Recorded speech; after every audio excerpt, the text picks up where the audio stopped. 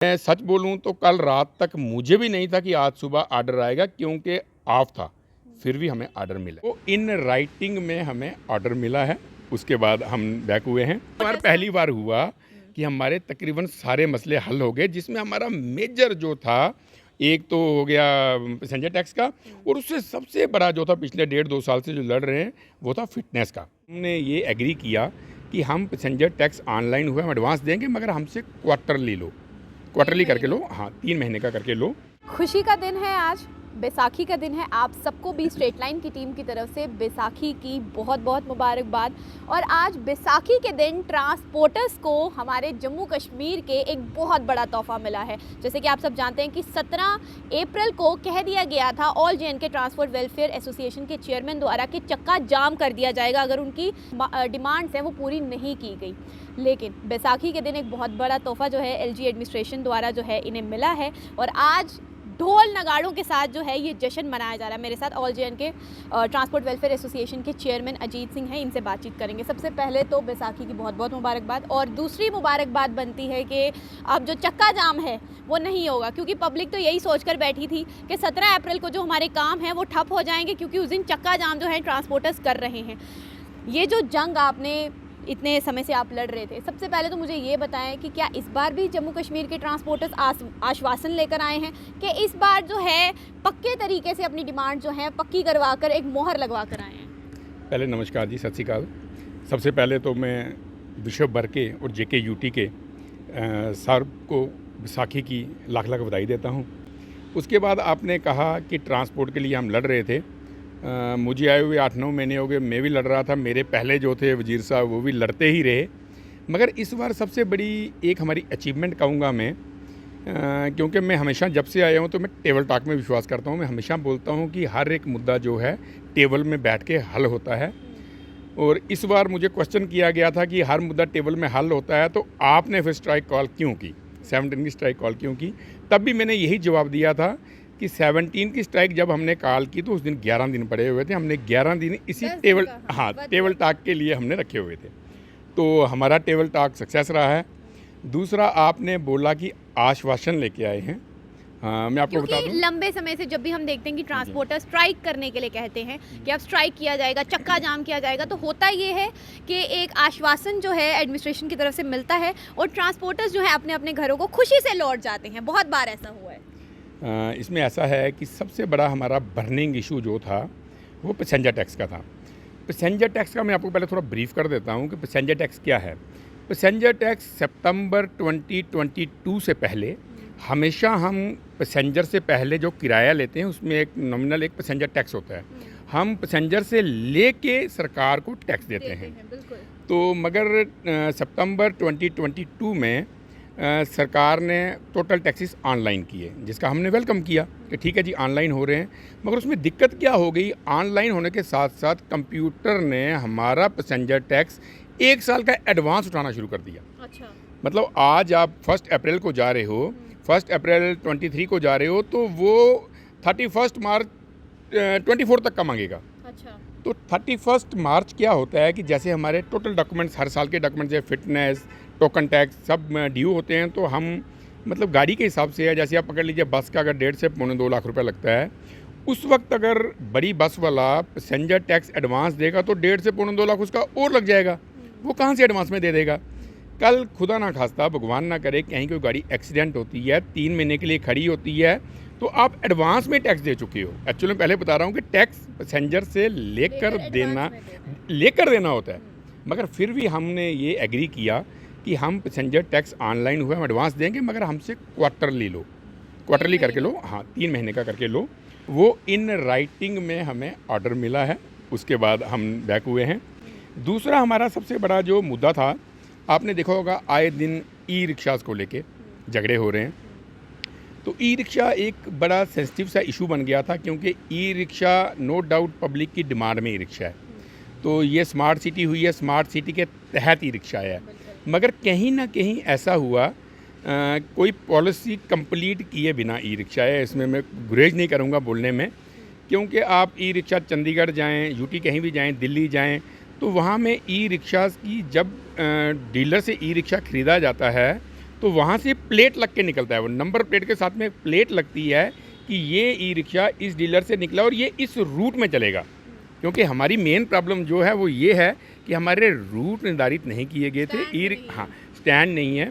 E rickshaw पहले आ गए, तो मैं उसके लिए थैंक्स करूँगा डीसी मैम का, अवनील वासा जी का। उन्होंने बहुत बड़ी एक्सरसाइज करवाई।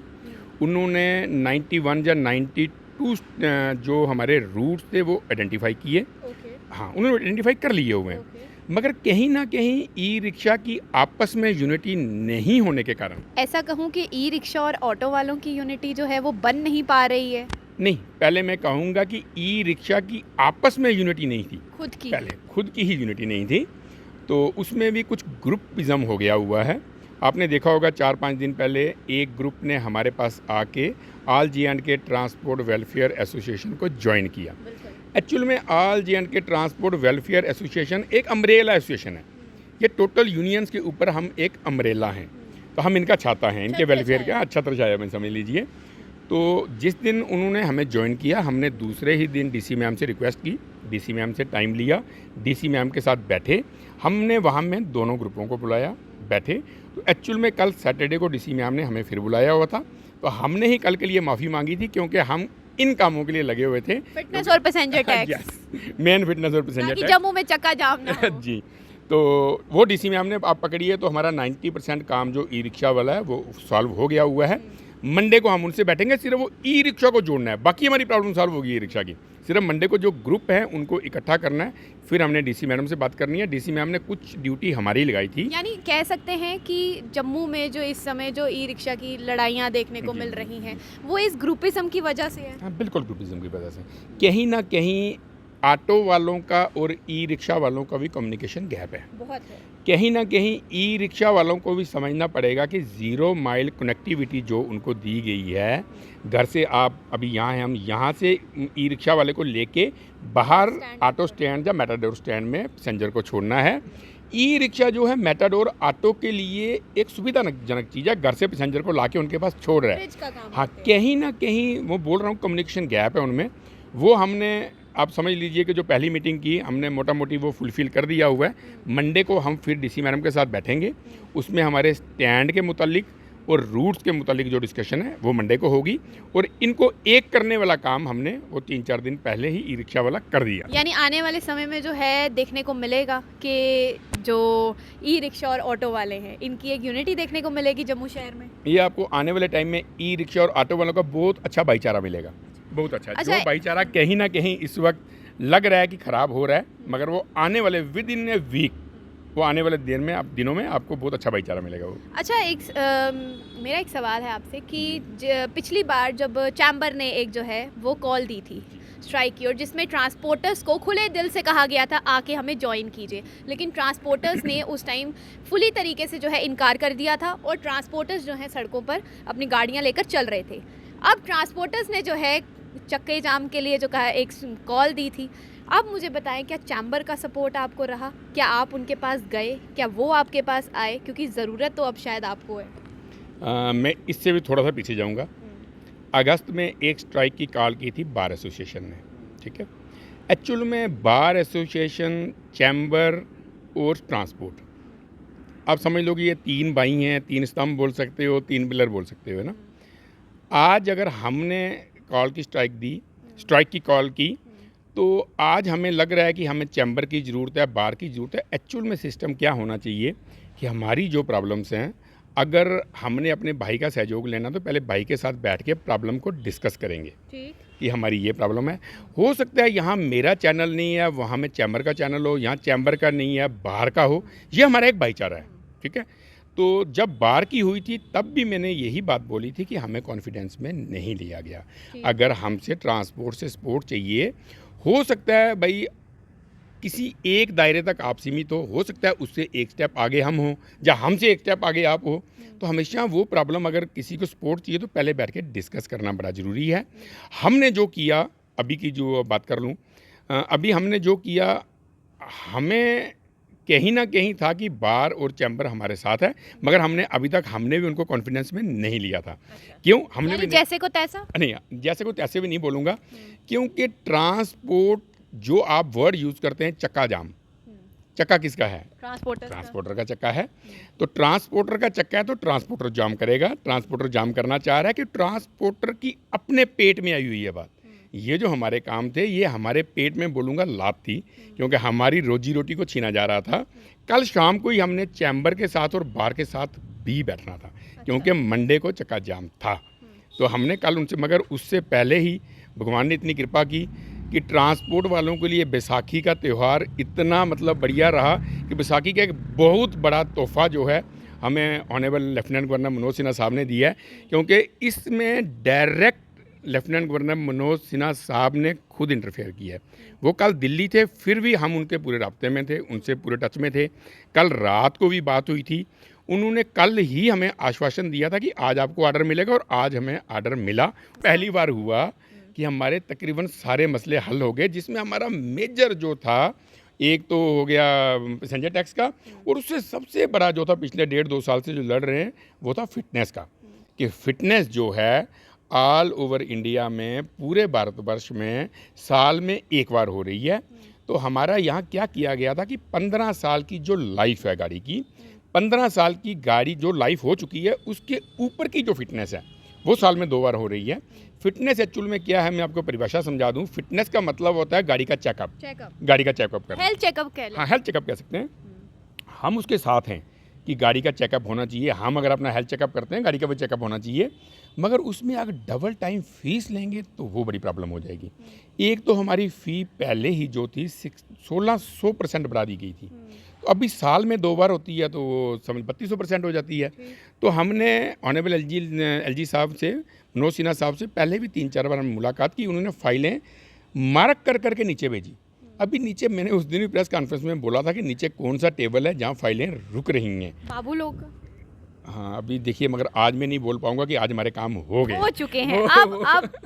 अब बाबू लोग जो है वो कहीं ना कहीं सही है आपके हाँ, लिए, कहीं ना कहीं ठीक है, माने जा सकते हैं, क्योंकि हाँ, काम हो चुका हाँ, है। क्योंकि हमारी चीफ सेक्रेटरी साहब से बात हुई, अपना डिवकॉम साहब से बात हुई, उसके बाद सेक्रेटरी ट्रांसपोर्ट से बात हुई, मगर सबकी तरफ से पॉजिटिव रिस्पांस मिला। मैं सच बोलूं तो कल रात तक मुझे भी नहीं था कि आज सुबह ऑर्डर आएगा, क्योंकि ऑफ था, फिर भी हमें ऑर्डर मिला है। अच्छा, इसका मतलब कहीं ना कहीं एलजी प्रशासन संजीदा है तभी काम हुए हैं। अच्छा, अंत में आपसे यही पूछना चाहूँगी, अब तो ट्रांसपोर्टर्स के सारे मसले जो हैं बिल्कुल साफ़ हो चुके हैं। अब आगे ऐसे कोई आपके पास है कोई छोटे मोटे मसले ट्रांसपोर्टर्स के जो आपको लगता है कि अब उनकी बारी है, अब उनको सामने आना चाहिए? क्योंकि मसले तो थमने का नाम नहीं लेते हैं, एक मुसीबत ख़त्म होती है तो दूसरी हाजिर होती है। देखिए, मसलों की बात करते हैं तो ट्रांसपोर्ट हमारा चक्का है, टायर है। जब चक्का चल रहा है तो नित नया कुछ ना कुछ निकलेगा। ये आप बोलेंगे आज ख़त्म हो गए तो हमेशा के लिए ख़त्म होंगे, नहीं। जैसे सबसे बड़ी चीज़ है कि ट्रांसपोर्ट डिपार्टमेंट में ऐसे बहुत सारी सर्विसेज हैं। जैसे हमको अभी यूटी है, कंपेयर किया जा रहा है चंडीगढ़ के हिसाब से, दिल्ली के हिसाब से, बहुत सारी सर्विसेज हैं जिससे अभी भी हम बहुत पीछे हैं।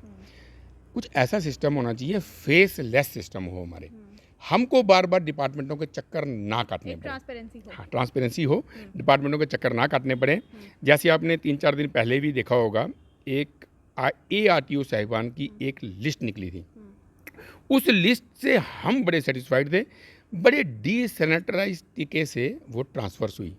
ये ट्रांसफर्स अगर ARTO साहिबान की हुई हैं तो इनके नीचे भी जो बाबू लोग हैं, जो प्रशासनिक अधिकारी हैं, जो 5-5, 7 साल, 4-4 सालों से एक कुर्सी में बैठे हुए हैं, ये हम दोनों हाथ जोड़ के LG साहब से, उनके प्रशासनिक अधिकारियों से, चीफ सेक्रेटरी साहब से रिक्वेस्ट करेंगे कि उनकी भी टाइमली ट्रांसफर्स हो, क्योंकि बहुत सारी चीज़ें हैं जो हम ऑन रिकॉर्ड नहीं बोलना चाहते, मगर कहीं ना कहीं प्रॉब्लम्स हैं। जब बाबूगिरी बढ़ती है ना, किसी एक जगह में आदमी 5-5, 6-6, 7 साल बैठता है ना, तो वहाँ में दिक्कत आती है। खासकर हमारे जो छोटे वर्ग के जो ट्रांसपोर्टर, सिंगल गाड़ी वाले जो जाके खुद काम करवाते हैं, मेटाडोर वाले हो गए, मतलब बहुत प्रॉब्लम्स फेस करनी पड़ती हैं। ऐसे डिसेंट्रलाइज तरीके से उनकी भी ट्रांसफर्स होती रहें तो मेरे हिसाब से जो आज की डेट में मैं कहने में गुरेज नहीं करूँगा कि ये 3-4 महीने पहले तक ट्रांसपोर्ट डिपार्टमेंट कहीं ना कहीं सवालिया निशान के दायरे में था, मगर अभी जो हम देख रहे हैं कि ऑनरेबल LG साहब की अध्यक्षता में उनकी टीम जिस ढंग से काम कर रही है और जिस ढंग से ये ट्रांसफर्स हुई हैं, तो हम उम्मीद करते हैं कि आने वाले टाइम में छोटे नीचे बाबूगिरी लेवल में भी ऐसे ही डिसेंट्रलाइज तरीके से ट्रांसफर्स होंगी और फेसलेस किया जाएगा ऑफिस को, ताकि हमें भी बार बार वहाँ जाके चक्कर ना लगाने पड़े। अगर टैक्स बढ़ाने के लिए इंस्टेंट एक्शन लिया जाता है तो हमें फैसिलिटी देने के लिए भी थोड़ा इंस्टेंट करना चाहिए। तो श्रीनगर का भी ई रिक्शा का जो है सेम जम्मू की तरह ही है, सेम यही है। वो हमने प्रोग्राम बनाया है कि अभी कमिंग वीक में हमारी टीम मैं एज ए चेयरमैन, हमारे प्रधान साहब विजय सिंह चिप जी, भरत भूषण जी, सेक्रेटरी हमारे संजीव जी, हम एक टीम के रूप में जाएंगे कश्मीर। यहाँ से इंस्ट्रक्शन मिल चुकी हैं डिवकाम कश्मीर को और डीसी कश्मीर श्रीनगर को। हम उनसे भी जाके मिलेंगे। यही जो मुद्दा ई रिक्शा का यहाँ में भी है, वहाँ में भी है, और हाँ वहाँ भी सॉर्ट वो हो चुका है तकरीबन। सिर्फ हम एक टीम के रूप में वहाँ जाएंगे। और वहाँ का एक श्रीनगर का एक इशू और था, illegal operation of SRTC buses का। यहाँ में जैसे ऑटो का और रिक्शा का चल रहा है ना क्लेश, वहाँ में हमारी प्राइवेट बसेस का और SRTC बसेस का चल रहा है। तो वो भी हमने ऑनरेबल LG साहब से किया, उन्होंने स्ट्रिक्टली इंस्ट्रक्शन दे दिया है। वो हम जाएंगे, बैठ के उनकी भी आपस में अंडरस्टैंडिंग करवाएंगे, ताकि जो एक दूसरे का टाइमिंग ना काटा जाए। ऐसा ना हो कि एक प्राइवेट बस निकले साथ में एक RTC की भी निकल जाए, दोनों का आपस में झगड़ा होता है। सेम चीज़ जैसे ई रिक्शा का और ऑटो का यहाँ में वैसे हो रहा है। इसके अलावा एक हमारे ट्रकों का था, मैं ट्रकों की बात भी जरूरी कर देना चाहूँगा कि सबकी हो गई, ऑटो की होगी, रिक्शा की होगी, मेटाडोर की होगी, बसेस की होगी। ट्रक का एक हाइक की रेट की प्रॉब्लम थी। 2015 से लेके 2021 तक ट्रक का जो हर साल हाइक होता है, जो डीजल के रेट बढ़ते हैं, पार्ट्स के रेट बढ़ते हैं, एक हाई रेट मिलता है उनको, वो ड्यू चल रहा है उनका 15 से लेके 21 तक। वो ऑनरेबल LG साहब से हम मिले थे। 21 में नवंबर में 2021 में एक 37% हाइक का एक SRO 157 के तहत एक SRO निकला था, उसका हाइक का हुआ था। वो भी उनकी पेमेंट रुकी हुई है नवंबर 2021 से। वो भी हमने LG साहब से बात की है। LG साहब ने चीफ सेक्रेटरी साहब की उसमें भी ड्यूटी लगाई है, सेक्रेटरी ट्रांसपोर्ट के लिए बोला है। वो एक अभी हमारे पास आश्वासन है अभी। यानी कि आने वाले समय में ये जो सारे मसले हैं, इन शॉर्ट मैं कहूँगी कि जितने भी ट्रांसपोर्टर्स हैं उन सब के मसले जो आने वाले टाइम में सॉल्व होंगे। क्या SRTC बसेस हों, क्या प्राइवेट बसेस हों, क्या ऑटो वाले हों, क्या ई रिक्शा वाले हों, क्या ट्रक्स हों, नाम लेते लेते मैं थक जाऊंगी, ये भी हम भी थक जाएंगे, लेकिन जो है ये मसले ख़त्म नहीं होंगे। आज फिलहाल सबसे खुशखबरी वाली बात ये है कि ट्रांसपोर्टर्स का मसला जो है वो किसी हद तक जो है वो सॉर्ट हो चुका है। और 17 अप्रैल को मैं बता दूँ, चक्का जाम जम्मू में नहीं होगा। बैसाखी का त्यौहार जो है आप भी खुशियों से मनाएं और ट्रांसपोर्टर्स भी जो हैं खुशियों से मना रहे हैं।